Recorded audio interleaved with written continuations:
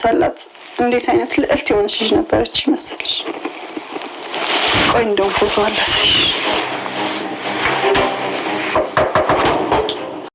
ኖላዊ ድራማ ክፍል 13 እንዴት አያችሁት? የሰላም እናት ግን የሆነ ነገር ልቧ የነገራት ይመስለኛል። እንግዲህ ሀናን ቀደም ሲል ሲሰርቧት፣ ሲገለምጧት፣ ሲያሰቃዩት አይተን ነበር። ታዲያ ግን ለዛ ሁሉ ይቅርታም ጠይቃ እንዲሁም ደግሞ ከዛሬ 16 ዓመት በፊት ሀሴት የምትባል ልጅ እንደጠፋቻት አሁን ላይ ሙሉ በሙሉ ትኩረቷ እሷ ላይ በመሆኑ እቤት ያሉትን እንደረሳቻቸው እየነገሯት ነበር። በመጨረሻም ደግሞ የኔ ልጅ ልዕልትና ቆንጆ ተወዳጅ የሆነች ልጅ ነበረች በማለት ለሀና ፎቶዋን ሊያሳዩት ሲሉ ሰላም መታ እንግዲህ ፎቶውንም ሳታየው ሄደች። ምናልባትም የሰላም እናት አሁን ላይ የዛሬ 16 ዓመት አክሱም ጽዮን ላይ ልጃቸው እንደጠፋችባቸው በእርግጥም ለሀና አልነገሯትም። ግን የዛሬ 16 ዓመት ልጃቸው እንደጠፋች ስሟ ሀሴት እንደሚባል ብቻ ነው የነገሯት። እናም ታዲያ ይህንን ፎቶ ሀና ያየችው ቀን ምን ይፈጠር ይመስላችኋል? ኖላዊ ድራማ ለየት የሚያደርገው በጣም አስተማሪ የሆነ ድራማ ነው። እንግዲህ ጆሮ የሚባለው ይሄ ዱርዬ ሆኖ የሚሰራው ልጅ በፊት ላይ ሌባ የሆነ ሞባይል የሚሰርቅ የተለያዩ ነገሮችን እየሰረቀ የሚተዳደር ሰው ነበረ።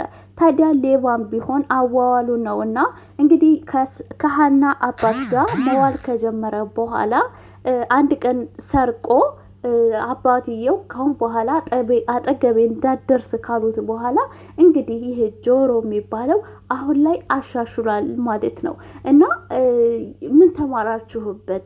ኖላዊ ድራማ በጣም ደስ የሚል ነው። ሲቀጥል ለየት የሚያደርገው ነገር አሁን ብዙ ድራማ አለ፣ አንድ አይነት ቤት ነው የሚሰሩት። አሁን ለምሳሌ አማቾቹ ድራማ፣ እንዲሁም አደይ ድራማ፣ ጽናት ድራማ ከዛ ደግሞ ምን ድራማ አንድ አይነት ቤት ነው የሚሰሩትና ኖላዊ ድራማ ለየት ያለ ሆኖ ታሪኩም ደግሞ ለየት ያለ ታሪክ ስለሆነ እኔ ወድጄው ነው የማያቸው። በጣም ነው የተመቸኝ። እንግዲህ የሀና አባት የዛሬ 16 ዓመት አክሱም ጽዮን በሄዱበት ሰዓት ሀና መንገድ ላይ ቁጭ ብላ እያለቀሰች ነበር ያገኟት። ታዲያ ግን በአካባቢው ያለ ሰዎችን ቢጠይቁም የሀናን ቤተሰቦች የሚያገኝ ሰው ሲያጡ እሳቸውም እዛ ጥያ ከመመጣ በማለት ልጃቸውን ይዘው ወደ ደሴ መጡ። ታዲያ አሁን ላይ ግን የሀንዬ አባት ከቀን ወደ ቀን ህመማቸው እየበረታባቸው ስለሆነ ምናልባትም ሀና ዘመዶቿን ፈልጋ ብታገኝ ቢለው እንግዲህ እውነታውን እንዳልወለዷት ነገር ግን እንዳሳደጓት አድርገው ነግረዋታል።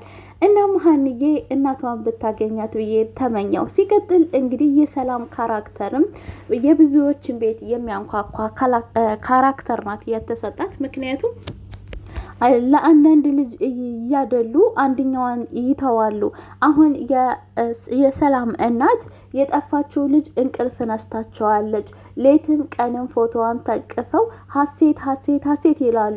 ግን እቤት ያሉትን ሰላምን አሁን እንደ ልጅ አላቀረበቻትም። ምን ትፈልጊያለሽ? ምን ጎደለ? ምን አነሳ? አላለቻትም። እኛ ሰዎች ስንባል ስለበላን ስለጠጣን ገንዘብ እንደፈለግን ስላጠፋን ብቻ ይሄ ፍቅር መስጠት ሊሆን አይችልምና በደንብ አድርጋ ሰላምም እየተወነች ትገኛለች። እና ኖላዊ ድራማን እንዴት አያችሁት? ሲቀጥል እንግዲህ ምናሴ ስሙ ግን ትንሽ ይጠፋኛል። ልጅ ምናሴ ሰራተኛ ሆነች አልሆነ ሳይሆን ሰውን በሰውነቱ የሚያከብር የሚወድ፣ በተለይ ደግሞ ለሀና የተለየ ስሜት ነው ያለው። እሱም እህቴ የመሰለችኝ ብሎ እንግዲህ ለእናቱ እየነገራት ነበረ።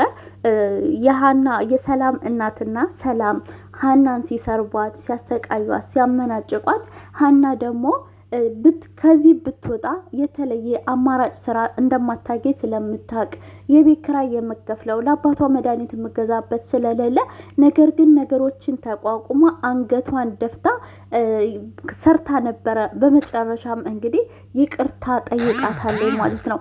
ሰላም እንግዲህ ሀና እንዳየነው ከሆነ አባቷ ለፍቶ ጥሮ ግሮ ላግባ ልውለድ ሳይል እሷን ብቻ አሳድጎ ሳይወልድ ሳያገባ እንግዲህ ሀና በጤና ተምራ ተመርቃለች። ነገር ግን ገንዘቡ የሚከፈላት ደሞዙ አነስተኛ ስለሆነ አባቴን ይሄ ብር አያሳክምልኝም በማለት ነው ጉዞዋን ወደ አዲስ አበባ እያደረገችው። ታዲያ አዲስ አበባ ከመጣች በኋላ የጠበቀችው የፈለገችው ነገር ባለመሳካቱ ተስፋ አልቆረጠችም። በጣም ጀግና ሴት ናት። በጣም ጠንካራ ሴት ናት። ነገሮችን በትዕግስት የምታልፍ ሴት ናት እና የሀኒዬን ካራክተር በጣም ነው የምወዳት። ለማንኛውም ግን ኖላዊ ድራማን የምትወዱ ሰብስክራይብ፣ ላይክ አድርጉልኝ። እኔ ተመችቶኛል። ያላያችሁት ደግሞ ኖላዊ ድራማ ብላችሁ ስጽፉ ይወጣላችኋል። እጅግ በጣም መሳጭና አስተማሪ የሆነ በቃ ላይ አይደለ ብቻ በጣም ነው የወደድኩት። በጣም ደስ የሚል በቃ አጓጊ የሆነ ድራማ ነው።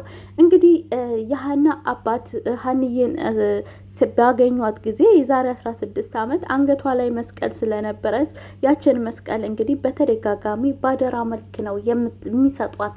እናም ሀናም አደራዋን ለመጠበቅ እንግዲህ እያደረገች ነው። እና ምን ይፈጠር ይመስላችኋል? አሁን ላይ የሰላም እናት እንዳሉት ከሆነ አክሱም ጽዮን ሄጄ ልጄን እፈልጋታለሁ፣ እንቅልፍ ነስቶኛል፣ ልጄን ማግኘት አለብኝ እያሉ ነው። እናም ታዲያ አክሱም ጽዮን ከመሄዳቸው በፊት ሀናና እናቷ ይገናኙ ያሉ ወይንስ ደግሞ አክሱም ጽዮን ከሄዱ በኋላ የሚገናኙ ይመስላችኋል? እና ብቻ እኔ ኖላዊ ድራማ እጅግ በጣም የወደድኩት ነው። እንግዲህ ሀኒዬ በመጨረሻም እናቷን አግኝታ ተደስታ ሰላም ለራሱ ምንድነው ስሙ እህት የሆነ ሰው ትፈልጋለች።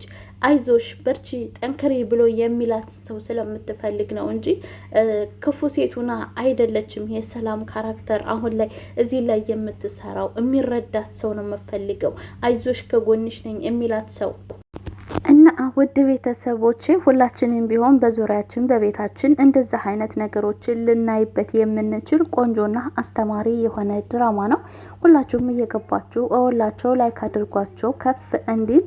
በጣም አሪፍ ቆንጆ አስተማሪ ድራማ ነው። በዛ ላይ ደግሞ የተመልካችን ሞራል የሚጠብቁ ቶቶሎ ልቀቁ ስንል የሚለቁ ደቂቃ ጨምሮ ስንል የሚጨምሩ ብቻ ታዛዥ የሆነ ከሰዎቹም ድራማቸውም አሪፍ ነው እና ውድ ቤተሰቦቼ ስለምታበረታቱኝ ከልብ አመሰግናለሁኝ።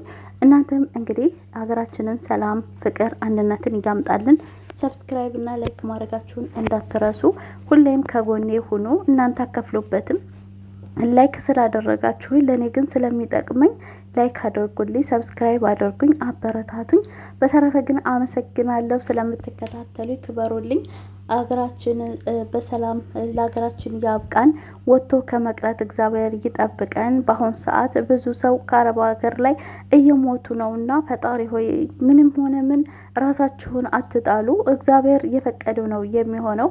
ምንም በችግር ውስጥ ብንሆን በፈተና ውስጥ ብንሆን ዛሬን ሳይሆን ነገን በማሰብ ጠንካራ ልንሆን ይገባል እና ውድ ቤተሰቦቼ ብቻ ከባድ ነው። በአሁን ሰዓት የምንሰማቸው በየቦታው የምናያቸው ነገሮች በጣም የሚከብዱ ናቸውና ራሳችንን ተቆጣጥረን አላማችንን አሳክተን ባይሳካ እንኳ እዛ ሀገር ባይሆንልን ሀገራችን ገብተን ወደ ሌላ ሀገር መሄድ ብራችንን መያዝ አይምሯችንን በተቻልነው አቅም መጠንቀቅ ይኖርብናል። እንግዲህ ባለፈው ቤሩት ላይ አንዲት እህታችን ሞታ ነበረ። አሁን ዛሬ ደግሞ ዱባይ ላይ አንዲት እህት ታንቃ ኩሽና ውስጥ ተገኝታለች እየተባለ ነውና እባካችሁን ራሳችሁን ጠብቁ።